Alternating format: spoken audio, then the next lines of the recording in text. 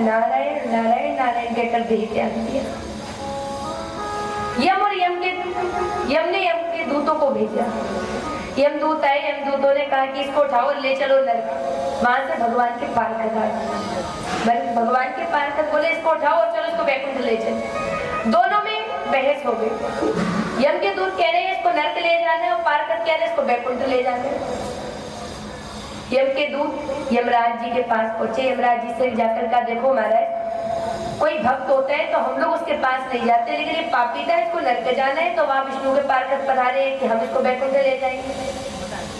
यमराज जी भगवान विष्णु के पास गए, जाकर पूछा महाराज एक बात बताओ, आपका कोई भक्त होता है, हम जानते हैं कि वो आपका भक्त है तो हम तो वैसे ही उसके पास नहीं जाते हैं, लेकिन महाराज ये तो पापी था ना, इस पर तो मेरा हक है, तो आपके दूत क्यों पधारे? तो भगवान विष्णु बोले सुनो, भले ही उसने लाखों पाप किए हो, अंत समय में उसने हमारा नाम जपा नारायण नारायण नारायण, तो उसको वैकुंठ प्राप्त होगा। यमराज बोले महाराज आप अत्यंत भोले हैं, वो आपको नहीं बुला रहा था, वो तो अपने पुत्र को बुला रहा था, वो तो अपने पुत्र की याद कर रहा था। तो भगवान विष्णु कहते हैं सभा भरी लगी हो, भरी सभा में कोई पीछे से आकर नाम चिल्लाए और उस नाम के 5 आदमी अगर उसमें होंगे तो वो 5 पीछे मुड़कर देखेंगे कि हमें बुलाए। कोई यहाँ बैठा हो, 2-4 लोगों के एक जैसे नाम हो, कोई पीछे से आकर नाम चिल्लाए तो सभी पीछे मुड़ के देखोगे जितने के भी वो नाम होंगे। भगवान कहते हैं दुनिया में चाहे किसी के बाप का, चाहे किसी के बेटे का, चाहे किसी के भाई का, किसी का भी नाम हो नारायण, लेकिन वो नाम मेरा है। और जब कोई ये नाम लेकर पुकारता है तो मैं उसकी ओर एक बार देखता जरूर हूँ। तो बस मुझे इससे मतलब नहीं उसने किसको बुलाया, उसने अंत समय मेरा नाम जपा है तो उसको वैकुंठ ही प्राप्त किया। अजामिल को गुरुजी मुक्ति का साधन बता गए। अंत समय नारायण नारायण जपने से अजामिल को मुक्ति प्रदान हुई। भगवान उसको अपने धाम ले गए। भूल भक्त वत्सल भगवान की। इस प्रकार भगवान ने अजामिल को मुक्ति प्रदान की है।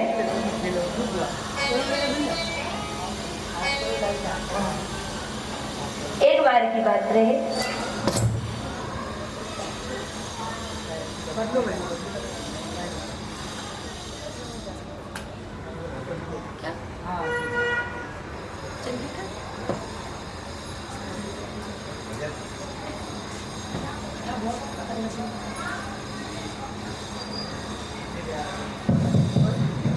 श्री राधे। एक बार की बात रही, द्वारकापुरी में दुर्वासा ऋषि जी पधारे। सबसे पहले तो ये जान लेते कि दुर्वासा ऋषि जी है कौन। जिस प्रकार भगवान विष्णु का अवतार कृष्ण है, भगवान ने अवतार रखा कृष्ण रूप में, राम रूप में, इसी प्रकार भगवान शंकर ने अवतार रखा दुर्वासा रूप में। दुर्वासा जी भगवान शंकर का अवतार है। भगवान शंकर के 2 अवतार ही मुख्य है, एक है दुर्वासा अवतार और दूसरा है हनुमत अवतार। हनुमान जी भी महाराज भगवान शंकर के ही अवतार है। तो दुर्वासा ऋषि जी द्वारका पधारे। द्वारका पधारे। द्वारका में ऋषि जी ने कहा तो बताओ द्वारका वासियों, कौन है इतना समर्थ जो हमारी सेवा करे। अब सभी अपने अपने घरों में छुप गए कि भाई इनकी सेवा कौन करेगा। कहीं पे भी कभी भी क्रोधित हो जाएंगे। दुर्वासा ऋषि जी बड़े क्रोधी। दुर्वासा ऋषि जी का श्राप और दुर्वासा ऋषि जी का वरदान कभी फैले नहीं होते, बस एक बार दे दे।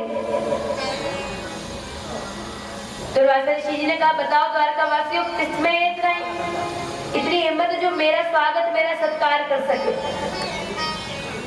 सभी शांत हो गए।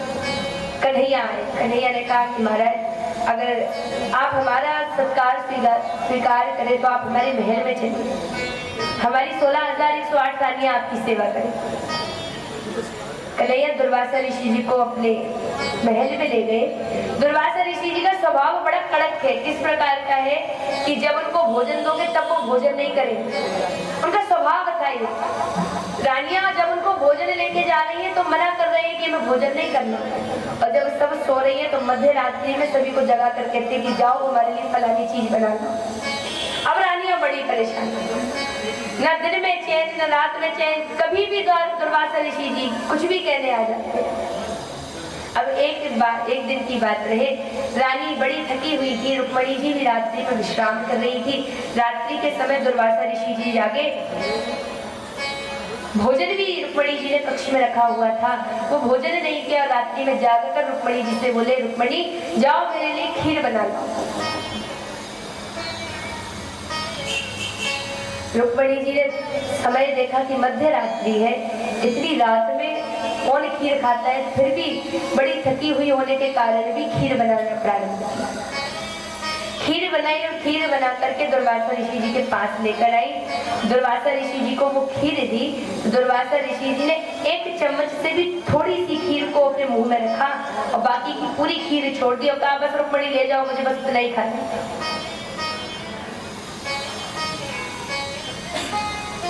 अब रुक्मणी जी को बड़ा क्रोध कि जब खाना नहीं था तो बनवाया क्यों। बड़ी क्रोध से भर गई, किंतु क्या करे, स्वामी का आदेश है कि शांत रहना है, तो फिर चुप हो गई। अब दुर्वासा ऋषि जी ने कहा, रुक्मणी मुझे शहर के लिए जाना है, मैं पूरा द्वार का भ्रमण करना चाहता हूँ और रथ में जो क्या है घोड़े हैं, वो घोड़े दिखाई नहीं दे रहे, तो तुम रथ में जुट जाओ और तुम मेरा रथ खींच करके मुझे पूरा द्वार का घुमा। अब रुक्मणी जो कि महलों की रानी, जो काम घोड़ों का है, हाथियों का है, गायों का है, बैलों का है, वो काम रुक्मणी जी कर रही है। रथ को पकड़े हुए और खींचती हुई पूरा का पूरा भ्रमण करा रही है। रुक्मणी जी को पसीने आ रहे हैं, लटपट हो चुकी है, पूरा श्रृंगार बिखर गया है। अब रुक्मणी जी को मन में बड़ा विलाप हो रहा है, बड़ा दुख हो रहा है, आंसू आंखों से निकल रहे हैं। किंतु दुर्वासा ऋषि जी को जरा सा भी दया नहीं आई। जब इस प्रकार रुक्मणी जी रथ खींचते हुए दुर्वासा ऋषि जी को घुमा रही थी कि तभी कृष्ण का आना हुआ। दुर्वासा ऋषि जी ने देखा कि कृष्ण आ रहे, तो दुर्वासा ऋषि जी ने वो रथ छोड़ा और दुर्वासा ऋषि जी भागे। अब दुर्वासा ऋषि जी भागे, क्यों भागे कि कहीं कृष्ण मुझे अब श्राप ना दे दे कि तुमने मेरी पत्नी के संग क्या दुर्दशा कर रखी है।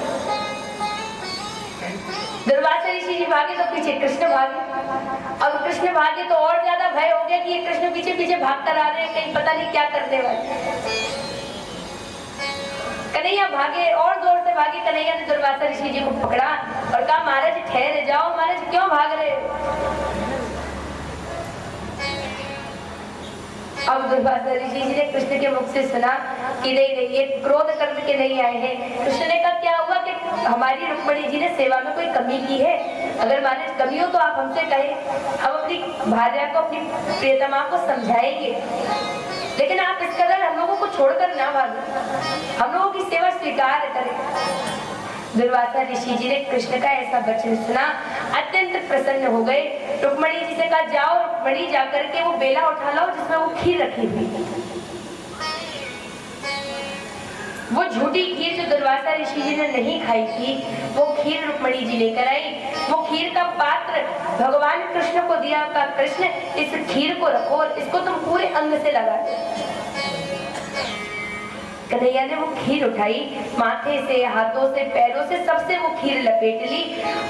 पूरी जब खीर लपेट ली, खीर खत्म हो गई, तो दुर्वासा ऋषि जी कहते हैं कि कृष्ण तुम्हारा संपूर्ण शरीर वज्र का है, इस पर कोई अस्त्र, कोई शस्त्र प्रभाव नहीं दिखाएगा, किंतु तुमने एक गलती कर रखी है कि जो खीर थी उसको तुमने अपने तलवे पर नहीं लगाया। तुमने वो खीर अपने पैरों के नीचे नहीं लगाई, इसलिए क्योंकि वो मेरा प्रसाद था, तुमने उसका अपमान नहीं किया। लेकिन कृष्ण, अब अगर तुम्हारे प्राण जाएंगे तो वो तुम्हारे पैरों के तले से ही जाएंगे, अथवा तुम्हारे शरीर पर कोई अस्त्र का प्रहार करके तुम्हारे प्राणों को ले नहीं सकते। रुक्मणी जी बड़ी दुखी थी, तो रुक्मणी जी को भी अखंड सौभाग्यवती का वरदान दिया, नव यौवन संपन्न रूप दिया। रुक्मणी जी को वरदान देकर कृष्ण को वज्र का बनाकर अब दुर्वासा ऋषि जी पुनः से अपने स्थान। कृष्ण का जब परम धाम गमन हुआ है तो किस प्रकार हुआ है? भगवान समुद्र किनारे विश्राम कर रहे हैं, अपना एक पैर उठाए हुए। वहां से एक शिकारी आया। शिकारी ने विचार किया कि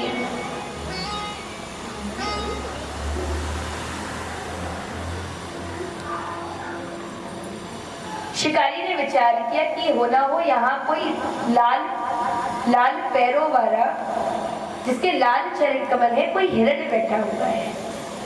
हिरण की झांकी सी समझकर उसने तीर छोड़ा और वही तीर भगवान के चरण में आकर लगा और उस तीर के लगते ही कृष्ण परम धाम चले गए।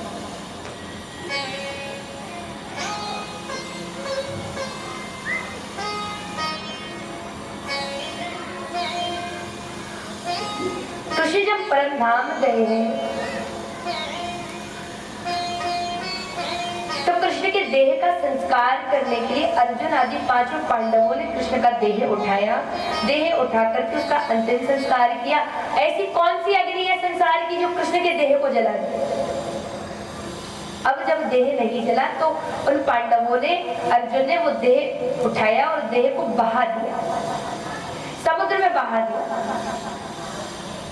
अब जब समुद्र में बहा तो भगवान का जो हृदय था वो बिल्कुल भी नहीं जला था, तो वो हृदय बह गए और वो हृदय के नाव चलाने वाले केवट को, उस केवट ने वो हृदय उठाया और हृदय ले जाकर जगन्नाथपुरी के पुजारी जी को पकड़ा दिया और कहा कि महाराज जी कृष्ण का हृदय है। वो हृदय जगन्नाथ जी के पुजारी ने लिया और वो काहे में रखा? जगन्नाथ जी की जो मूर्ति है उसमें वो हृदय रख दिया। उस हृदय को जब उन्होंने हाथ में पकड़ा तो वो खरगोश के समान कोमल, खरगोश के समान चलने चाल देने वाला उस हृदय को उन्होंने उस मूर्ति में रखा। आज भी ये नियम है, ऐसा नहीं है कि वो हृदय उसी जमाने में था द्वापर युग में, आज भी हर 3 साल में वो हृदय बदलता है। आज भी वो हृदय धड़कता हुआ, चलता हुआ, फिरता हुआ है। जगन्नाथ जी महाराज की मूर्ति में वो स्थापित है। हर 3 साल में उसका परिवर्तन होता है। तो तीसरी साल जो दूसरी जगन्नाथ जी महाराज की मूर्ति बनकर आती है, हर तीसरी साल में जगन्नाथ जी की मूर्ति बदलती है। जगन्नाथपुरी का जगन्नाथ रथ यात्रा जो होती है उस दिन वो मूर्ति बदलती है। हर तीसरी साल वो मूर्ति मंगाते हैं। नई मूर्ति जो आती है, पूरे शहर में, पूरी जगन्नाथपुरी में कर्फ्यू लगाया जाता है। आज भी पूरे शहर में रात्रि में कर्फ्यू रहता है। घोर अंधेरे में सारे शहर की लाइटें बंद करके, सारी जगह की रोशनी बंद करके, आंखों पे पुजारी के पट्टी बांध के उनको मंदिर के अंदर भेजा जाता है। कड़ी सुरक्षा में सारी पुलिसों के बीच में पट्टी बांधकर पुजारी जी अंदर प्रवेश करते हैं।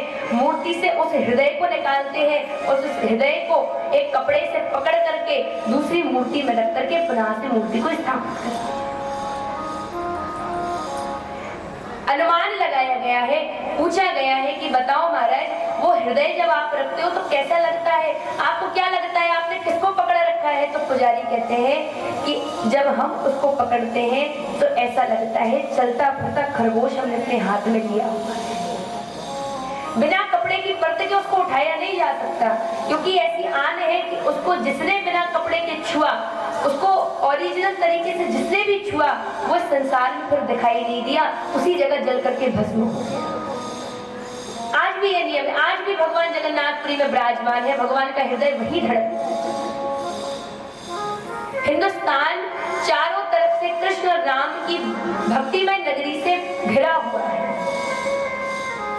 इस संसार का कहते हैं, वैसे तो पूरा संसार ही भगवान का है, किंतु भगवान ने जितनी लीलाएं की है वो सारी की सारी हिंदुस्तान में ही हुई है। हिंदुस्तान वाले, भारत वाले सभी भाग्यशाली हैं जिनको हिंदुस्तान की भूमि पर जन्म मिला है।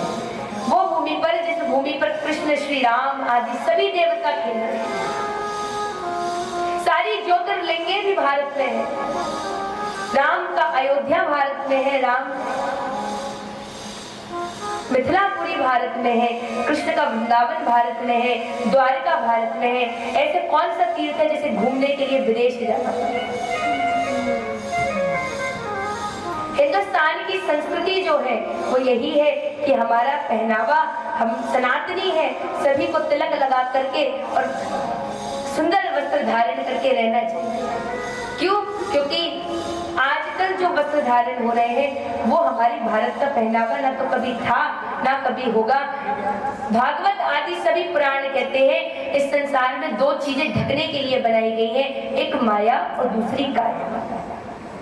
इस देह को भी ढककर रखो और उस धन को भी ढककर रखो जिसे संसार में आजकल लोग दिखावा ज्यादा।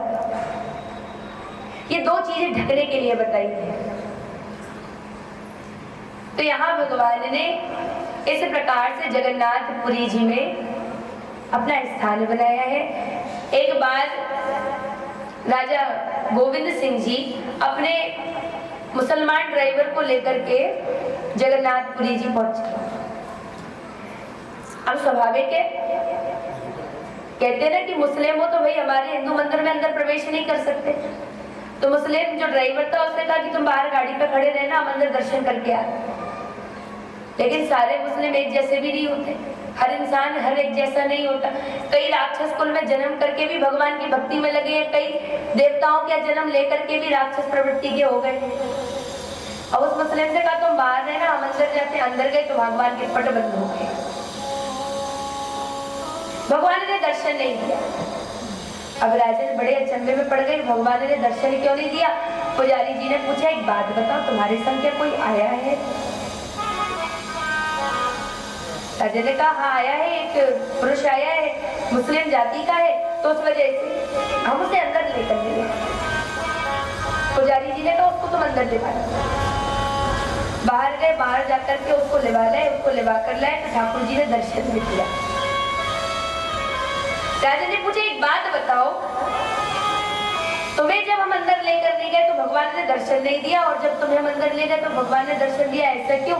तो वो बोला कि जब आप अंदर पहुंचे तो बाहर गाड़ी पर खड़े खड़े मैंने भगवान से केवल एक ही बात कही, हे प्रभु तुम जगन्नाथ हो तो कोई बात नहीं, तुम जगन्नाथ हो कोई बात नहीं, और जगत के नाथ हो तो हमारी सुध भी ले। और ये सत्य हुआ कि भगवान जगन्नाथ नहीं, भगवान जगत के नाथ हैं, इसलिए भगवान ने हमारी सुध ली और उस ड्राइवर के साथ साथ राजन को भी दर्शन।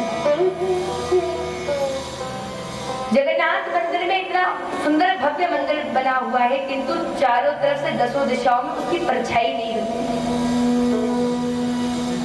7 घड़ों में भगवान का भोजन पकता है, नीचे से प्रचंड आग लगाई जाती है, तो सबसे पहले सबसे ऊपर का घड़ा पक करके नीचे आता है।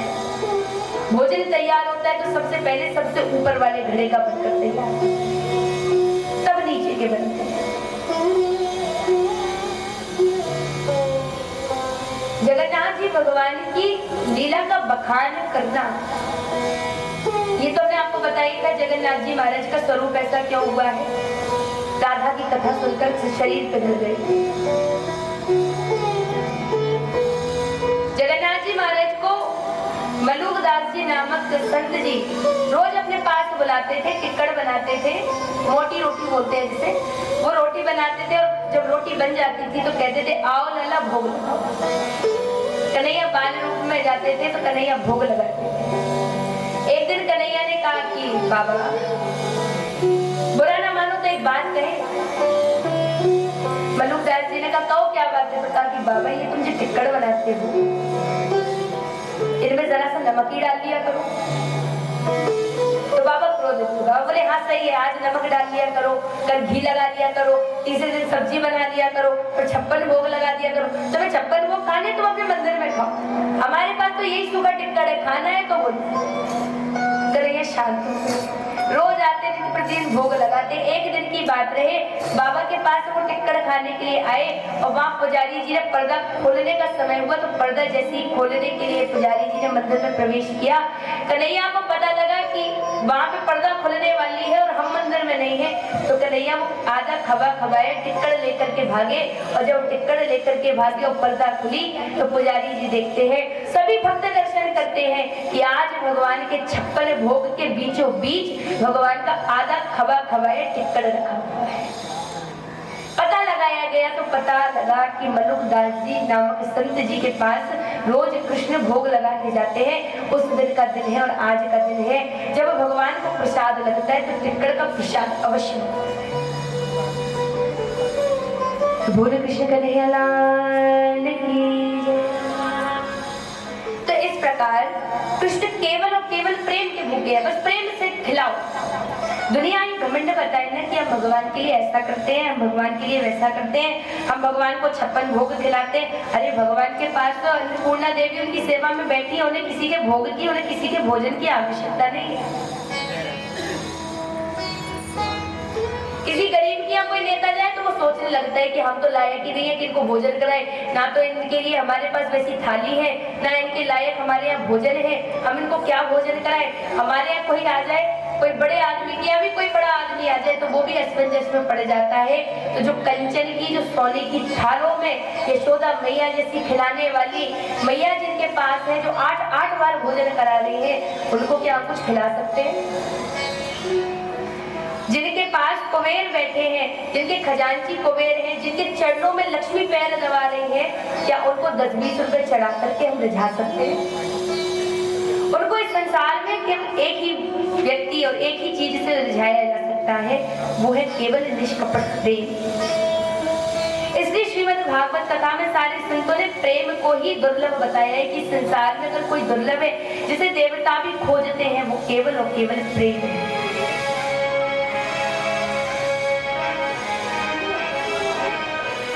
कृष्ण कन्हैया की याद मैंने किया तुझे सामने होने वाले, आज पूरा समापन हो जाएगा, लेकिन 7 दिन तक ताली किसी ने ज्यादा नहीं बजाई।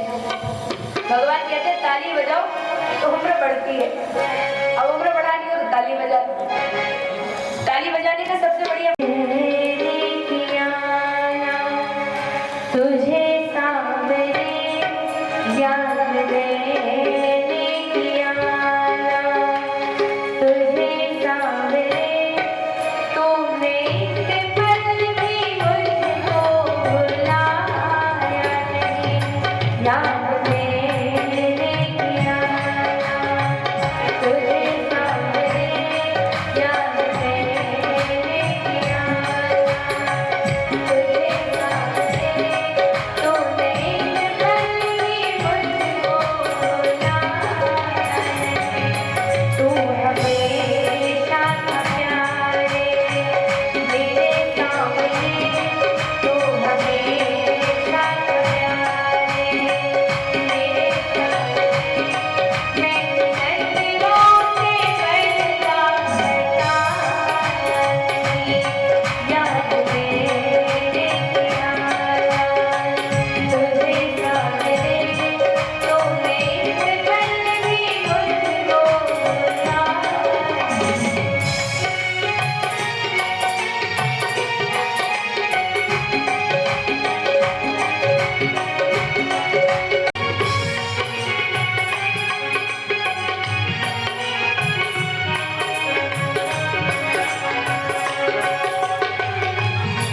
भगवान हमें कभी नहीं भूलते। भूलता कौन है?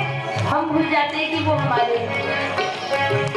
जब जब भक्त का जन्म होता है तो भगवान को उसकी रक्षा में अवसरित होना पड़ता है। भक्त कहते हैं तुमने तो उनसे इतना प्रेम किया है, जब मैं सजनी बना राम तू बन गया, जब सदा श्याम तू बन गया, जब मैं सजनी बना राम तू बन गया, जब सदा श्याम तू बन गया,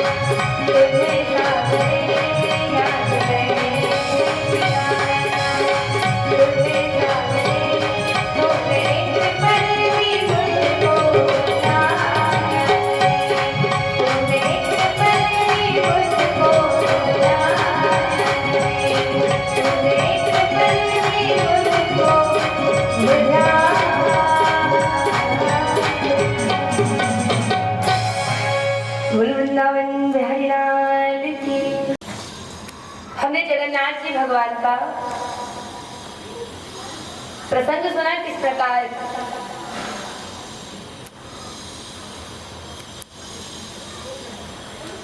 भगवान जगन्नाथ जी में विराजमान है।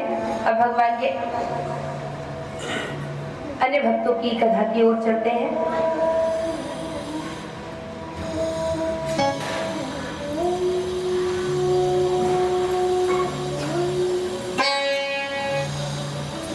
भगवान की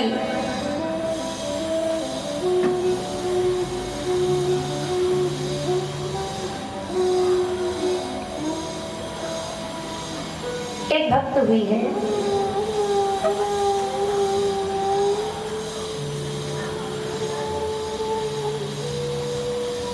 जिन्होंने श्री राम रूप में भगवान को प्राप्त किया है, जो सबरी नाम से विख्यात हुई। सबरी की कथा केवल एक ही ज्ञान देती है, समय कम है इसलिए सूक्ष्म बताएंगे।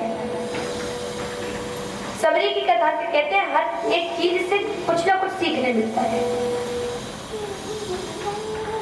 आप चाहे चींटी से सीखो, हाथी से सीखो, सिंह से सीखो, इस संसार में ऐसी कोई चीज नहीं बनी जिससे हम कोई सीख नहीं ले सकते। अंदर बस इतना है कि हमें देखना है कि हम देखना क्या चाह रहे हैं।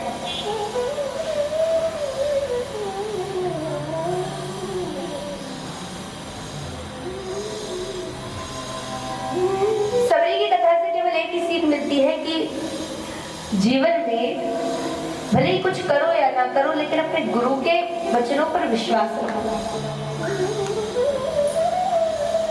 सबरी मातंग ऋषि जी की शिष्या थी। मातंग ऋषि जी को तो श्री राम के दर्शन नहीं हुए, वो तो देवी के भक्त थे।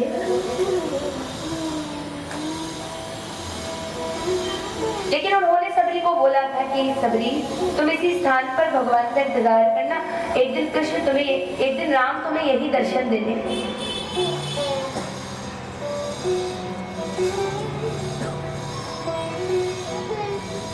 उसने प्रतीक्षा की और एक समय ऐसा आया कि श्री राम उसके अंगना में पधारे। दूसरी बात कि जिससे प्रेम करते हैं उसके आगे ज्यादा ज्ञान नहीं पता। सबरी का कोई नियम नहीं था। सबरी ना स्नान करती, ना ध्यान करती, ना भजन करती, कुछ नहीं करती, बस एक नियम रखती थी, क्या? रोज आंगन बुहारना है, रोज पुष्प बिछाने, न जाने कब हमारे श्री राम आए।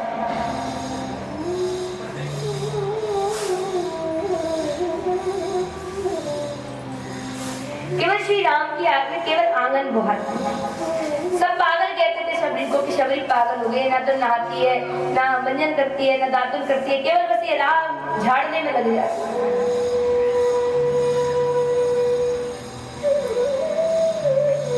किंतु भगवान नियमों से खुश नहीं होते।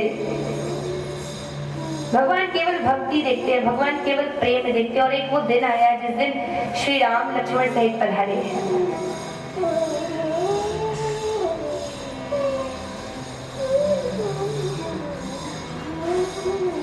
श्री राम लक्ष्मण जी के संग सबरी के अंगना पधारे हैं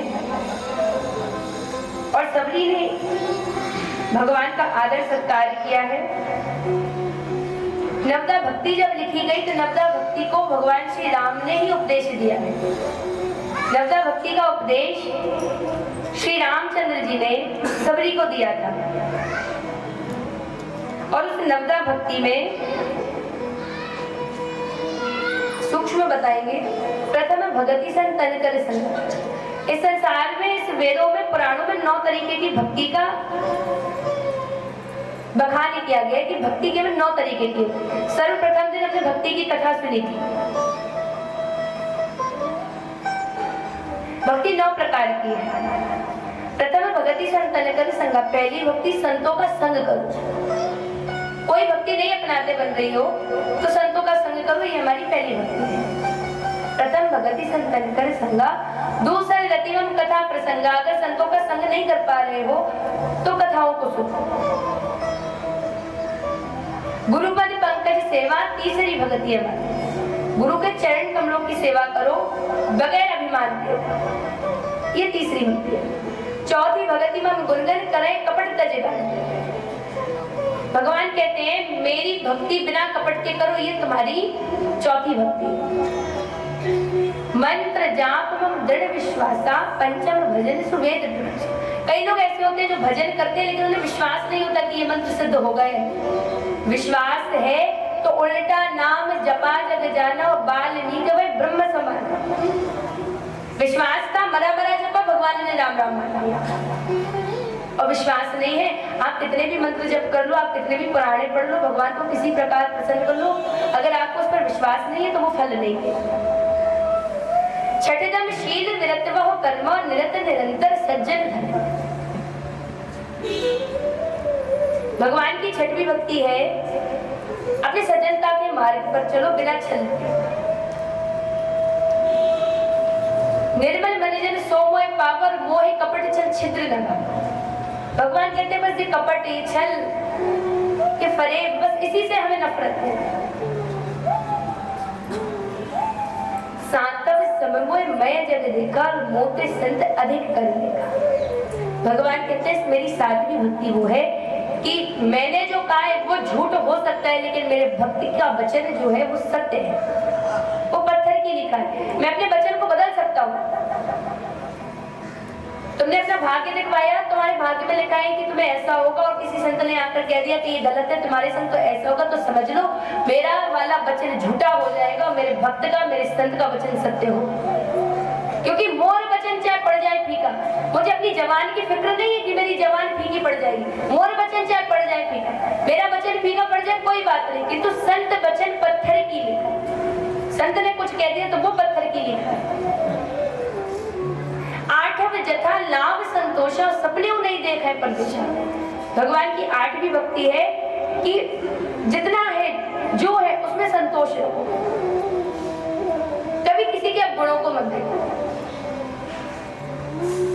नवम सरल सब सन छल ही ना मम भरोसे ही हर्ष। मेरा भरोसा है फिर भी हृदय में सुख देते हैं।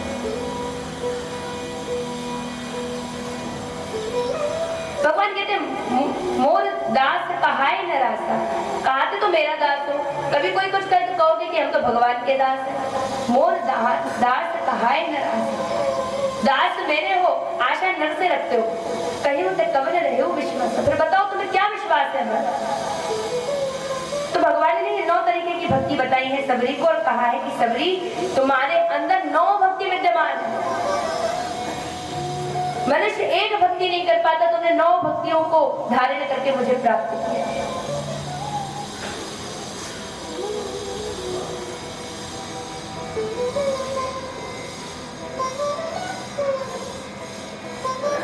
बोले राम राजा सरकार की जय।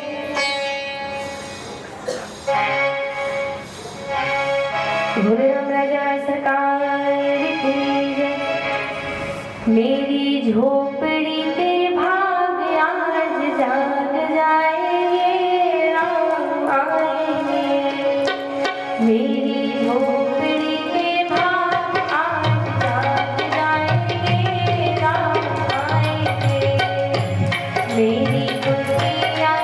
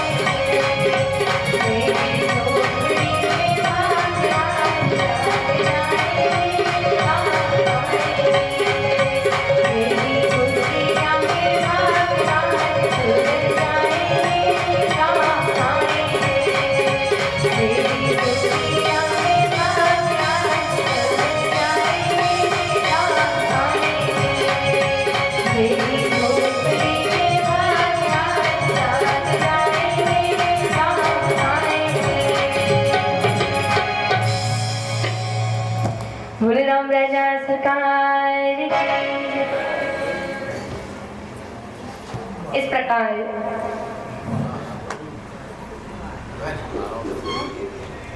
सबरी के आंगन में आकर भगवान ने सबरी को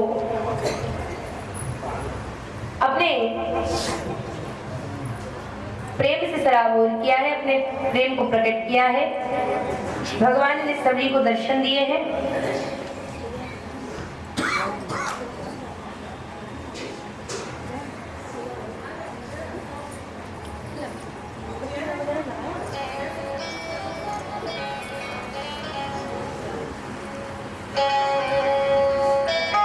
इस प्रकार भगवान ने सबरी को भी दर्शन दिए हैं।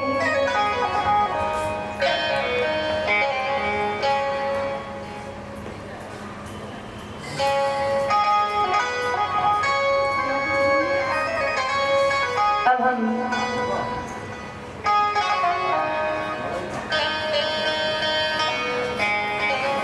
श्री सुदामा जी की कथा की ओर चलते हैं।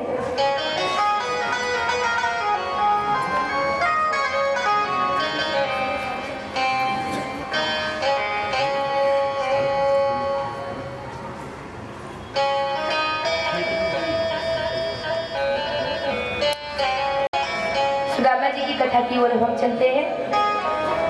उसके बाद राजा परीक्षित जी के इस प्रकार उनको मृत्यु प्राप्त हुई और मृत्यु के उनको मुक्ति प्राप्त हुई है, उसको श्रवण करेंगे। उसके पश्चात राधा कृष्ण की झांकी आज हम सबके बीच आएगी, जो कि अपने नृत्य से जो कुछ इस प्रकार नृत्य करती है कि हमारे इतने भाग्य तो नहीं कि हमने निधिवन में भगवान का रास देखा हो, भगवान का नृत्य देखा हो, लेकिन ये झांकी श्री कृष्ण और श्री राधिका का रूप मानी गई है। उनके नृत्य का भी आज हम आनंद लेंगे। भगवान ने गुरुकुल में शिक्षा ग्रहण की है। संदीपन जी के आश्रम में भगवान ने शिक्षा ग्रहण की है और वहीं उसी आश्रम में उनके एक मित्र हुए जिनका नाम था सुदामा।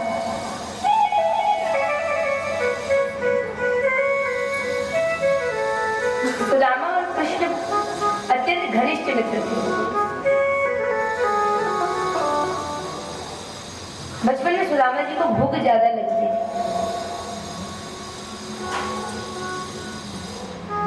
एक समय की बात रहे, कृष्ण और सुदामा में इतनी घनिष्ठ मित्रता थी कि किसी दिन सुदामा जी को पाठ याद ना होता और गुरुजी उनको दंड देते कि जाओ आज लकड़ी काटने जाना है, तो कृष्ण से पाठ पूजा जाता तो कृष्ण भी कह देते कि गुरुजी आज तो हमको भी पाठ याद नहीं है। गुरुजी कहते कि वाह कृष्ण, जो एक दिन में एक कला सीखता हो, जिसने 64 दिन में 64 कलाएं सीख रखी हो, वो कह रहा है कि पाठ याद नहीं है। तो गुरुजी ये जानते थे कि इसके मित्र को आज अकेला बन जाकर लकड़ी काटना पड़ेगा, तो ये अपने मित्र के लिए झूठ बोलता है कि गुरुवर आज हमें पाठ याद नहीं है, ताकि इसको भी दंड दिया जाए और इसको भी इसके मित्र के साथ लकड़ी काटने के लिए भेज दिया जाए।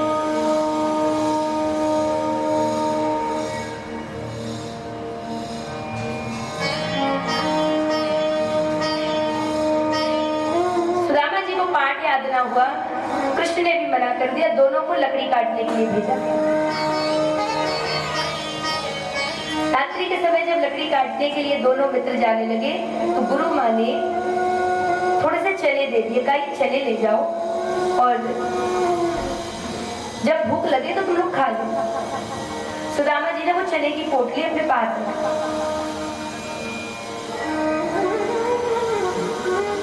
दोनों लकड़ी काटने गए, दोनों लकड़ी काटी। अब सुदामा जी को तो स्वाभाविक भूख ज्यादा लगती थी। सुदामा जी ने वो पोटली खोली और चने खाना प्रारंभ किया। कन्हैया ने कहा कि सुदामा, ऐसी आवाज आ रही है, कुछ खा रहे हो? सुदामा जी ने कहा नहीं नहीं, अरे लाला कुछ खा नहीं रहे हैं, सर्दी ज्यादा सी दांत किटकिटा रहे हैं, सर्दी बहुत लग रही है। कन्हैया क्या नहीं जानते, कन्हैया की बस ये दो निगाहें रहती है कि हमें देख रही है। अगल बगल का, पीछे का, ऊपर का, नीचे का, पूरे ब्रह्मांड का उनकी वो तीसरी निगाह देखती रहती है। कन्हैया ने कहा कि सुदामा, मन में विचार करे, सुदामा तुम झूठ क्यों बोलते हो? हमें तो पता है कि तुम चने खा रहे हो।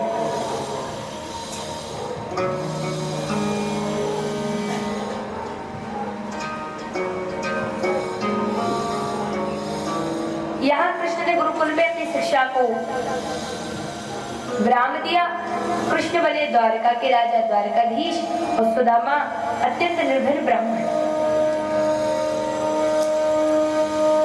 अत्यंत निर्धन ब्राह्मण सुदामा हुए। यहाँ कृष्ण का विवाह हुआ 16,108 रानियों से।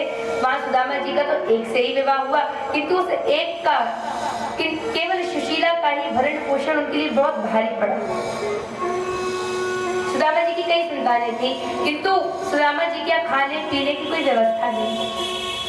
एक गाय भी पाले हुए थे, ना तो उसको ही कुछ खाने को मिलता, ना खुद को मिलता। बड़ी निर्धनता, बड़ी गरीबी ने सुदामा जी को चारों ओर से घेर रखा था। अत्यंत निर्धन सुदामा जी हो।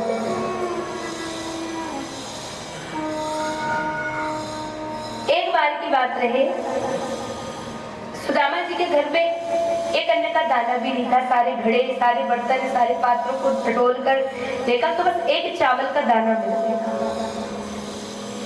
वो एक चावल का दाना मिला तो एक पत्ते पर रखकर वो भी श्री कृष्ण को समर्पित कर, उनको प्रसाद लगा। वहां लक्ष्मी जी, रुक्मणी जी ऐसी अवस्था देख रही हैं तो अपने स्वामी से कहते हैं, स्वामी आपके मित्र हैं सुदामा, क्या जरा सी भी आपको दया नहीं आती? क्या जरा सी भी आपको याद नहीं आती? आपको उनकी मदद करनी चाहिए, आपको उनकी सहायता करनी चाहिए। तो कृष्ण कहते हैं, देवी, मित्र का रिश्ता ऐसा होता है कि मित्रों के बीच कोई छुपाव नहीं। किसी बात से हम डरते हैं तो हो सकता है अपने माता पिता को वो बात ना बताएं, लेकिन मित्र क्यों बनाते हैं? सिर्फ बराबरी का मित्र बनाते हैं, उम्र का बनाते हैं कि हमारे बराबर का मित्र है, हमारी उम्र का मित्र है, तो हम उससे कुछ भी कहना चाहे, जो भी हमारे मन में हम उससे कह सकें। ना तो हमें ये लगे कि वो छोटा है, ना ही हमें ये लगे कि बड़ा है। एकदम बराबर की मित्रता होती है।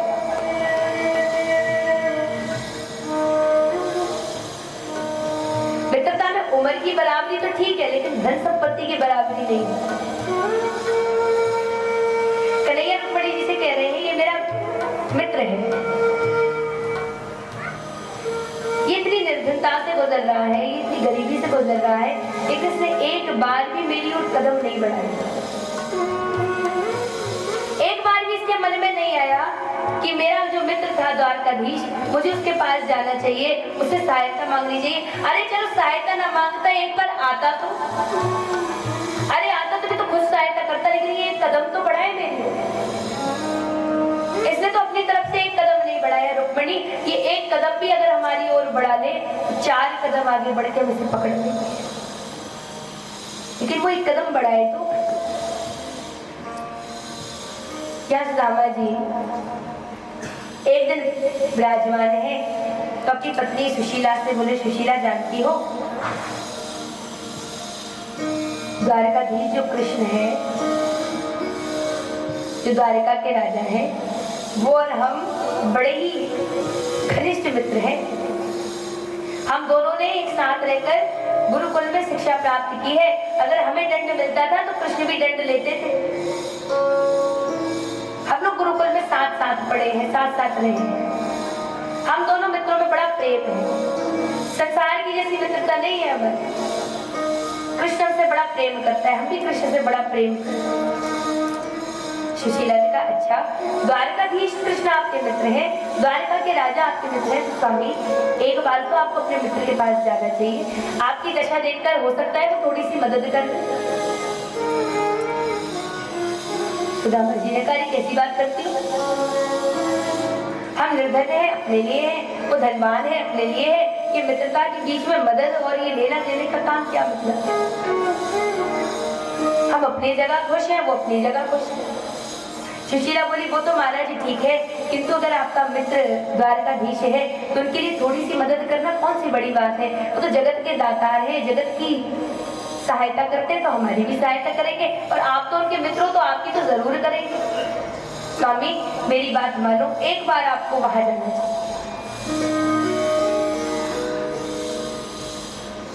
इस तरह जीवन व्यतीत करना, इतनी गरीबी में रहना, जब आपके मित्र इतने बड़े हैं, सबके दुखों को दूर करने वाले, तो आपको उन द्वारकाधीश जी के पास जाना चाहिए।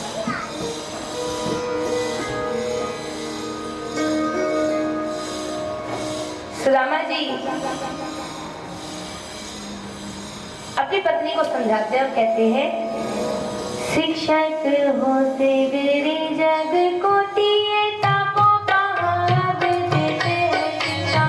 शिक्षक हो से गिरी जग को दिए ताको कहाँ देते हैं शिक्षा। बेटा करते कर लोग सुधार संपत्ति देने की नहीं शिक्षा। बेटा करते कर लोग सुधार संपत्ति देने की नहीं शिक्षा। शिक्षक के हौसले के रही जगत होती है। त्रेता युग का सबसे विद्वान पंडित हुआ रावण। रावण के समान कोई पंडित नहीं हुआ। राम जी का इतना युद्ध हुआ, उसके बाद भी राम ने लक्ष्मण जी से कहा है कि जाओ लक्ष्मण तुम जाकर के रावण से ज्ञान सीखो। साक्षात शेषनाग जी महाराज जिनके पास ज्ञान शिखर को गए हैं। त्रेता युग का सबसे बड़ा पंडित हुआ रावण, और द्वापर युग के सबसे बड़े पंडित हुए हैं सुदामा। सुदामा से भी बड़ा कोई ज्ञानी नहीं हुआ। सुदामा जी के शिक्षक होश से गए जगत को थी। अरे देवी, मैं सारे संसार का शिक्षक हूँ, तो आपको कहाँ देते हैं शिक्षा? तुम उसको शिक्षा दे रही हो। जे तप के परलोक सुधारक, हम तो उनमें से हैं जो तप करके अपने परलोक को सुधार रहे हैं। संपत्ति की तिनके नहीं इच्छा, हमारे हृदय में संपत्ति की तनिक भी इच्छा नहीं है। और देवी, जब हमारे हृदय में संपत्ति की इच्छा है ही नहीं, तो हम क्यों बेवजह द्वारकाधीश के पास जाएं? मेरे ही हरि के पद पंकज मारे हजार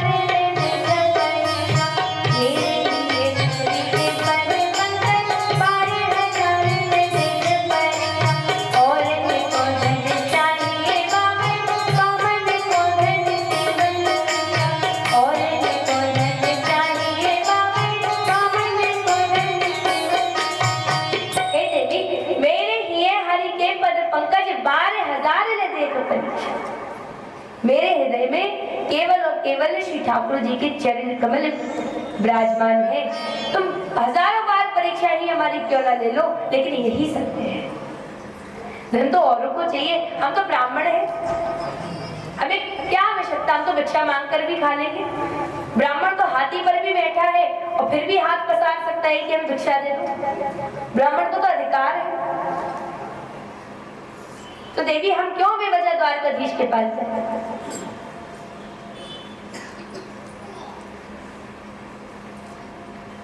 सुशीला कहती है, सत्य है हमारे। आपको तो लगेगा ही कि आपके यहाँ सब कुछ है, क्योंकि जो जननी नाही तू हरि तो तूने काहे तो द्वारे का मेरे बनोनी। जो जननी हरि तो तूने काहे तो द्वारे का मेरे बनोनी। जा घर तेरा गया कबहू किए टूटा तवा अरुणी बनोनी। जा घर तेरा गया कबहू किए टूटा तवा अरुणी बनोनी। ऐसी कौन सी पत्नी होगी, ऐसी कौन सी स्त्री होगी जो ये चाहेगी कि उसका पति किसी के द्वार पर जाकर भिक्षा मांगे? ऐसी कौन सी पत्नी होगी जो ये चाहेगी कि उसका पति किसी के पास मदद मांगने जाए? लेकिन महाराज, एक बार आप रसोई में जाकर देखिए, आप जिस दिन से हम ब्याह कर रहे हैं आज तक आपकी रसोई से टूटा तवा और फूटी कटौती आज तक नहीं हुई। अरे महाराज, इस दशा को देखकर भी अगर आपको समझना है तो हम आपको किस प्रकार समझाएं? हमारे घर में अनाज और चावल ही पेट भर के मिलते रहे तो हमें दूध दही घी की आवश्यकता नहीं। लेकिन महाराज, अन्न ही नहीं मिलता। हमारी बात मानिए, एक बार आप द्वारकाधीश के पास चले जाइए। सुदामा जी कहते, पावे कहाँ से अटारी अटाजन के वेद दिली है टूटी सिखानी। पावे कहाँ से अटारी अटाजन के वेद दिली है टूटी सिखानी। जो पे दरिद्र लिखो में ललाट तो बाहु पे मेरे न जाते ललाट। जो पे दरिद्र लिखो में ललाट तो बाहु पे मेरे न जाते। हे देवी, पावे कहाँ से अटारी अटाजन के वेद दिली है टूटी सी छानी। अरे तुम्हें हम महल कहाँ से ला कर दे? जिनके भाग्य में ही लिखा है कि तुम्हें टूटी झुपड़िया में रहना है, तो उनके लिए महल कहाँ से लाया जाए?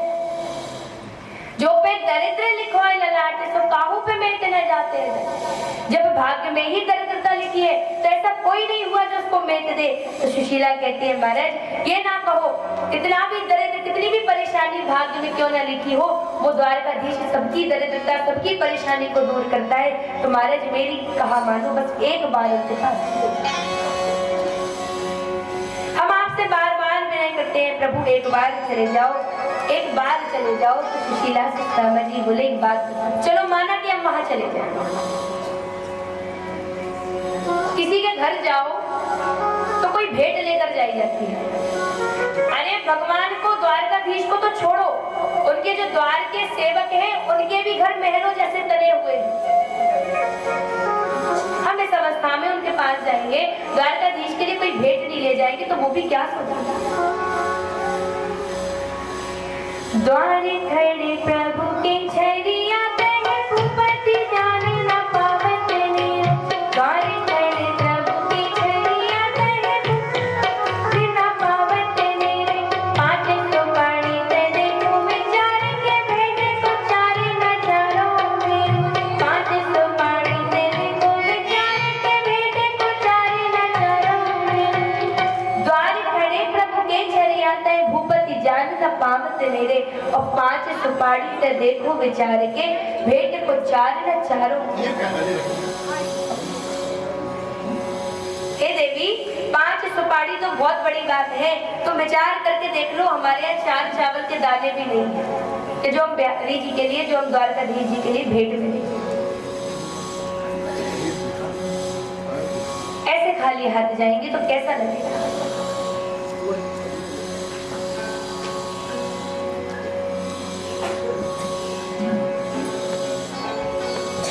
सुशीला ने कहा तो बस इतनी सी बात है कि आपको कुछ भेंट देने के लिए नहीं है, चार चावल के दाने नहीं है। कोई बात नहीं महाराज, हम वो भेंट ले लेंगे। भिक्षा मांगने के लिए गई है, भिक्षा मांगी, 4 मुट्ठी चावल मिले। 4 मुट्ठी चावलों को लेकर के सुशीला भागी भागी आई है।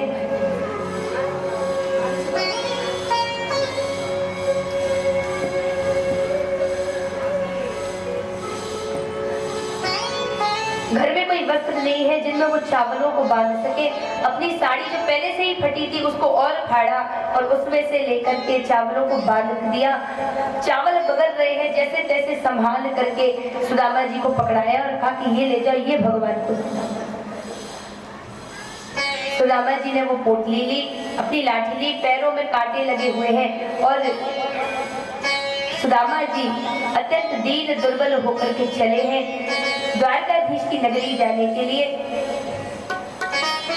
नंगे पैर बिना किसी वस्त्र के, फटी धोती बांधे, हाथ में चावल की वो पोटली लिए हुए कृष्ण कृष्ण कृष्ण कृष्ण जपते हुए सुदामा जी चले हैं। सुदामा जी जब द्वारका पधारे, द्वारका आए तो द्वारपालों ने सुदामा जी को रोक लिया, रोका और कहा कि महाराज आप अंदर नहीं जा सकते, आपको क्या काम है? सुदामा जी ने कहा कि हम द्वारकाधीश के मित्र हैं, उनसे मिलना चाहते हैं। सेवकों ने ऊपर से नीचे तक देखा और कहा कि तुम द्वारकाधीश के मित्र हो। कहाँ द्वारकाधीश और कहाँ तुम? अरे जरा अपना स्वरूप तो देखो। सुदामा जी कहते हैं, गुरु कृष्ण कन्हैया लाल की,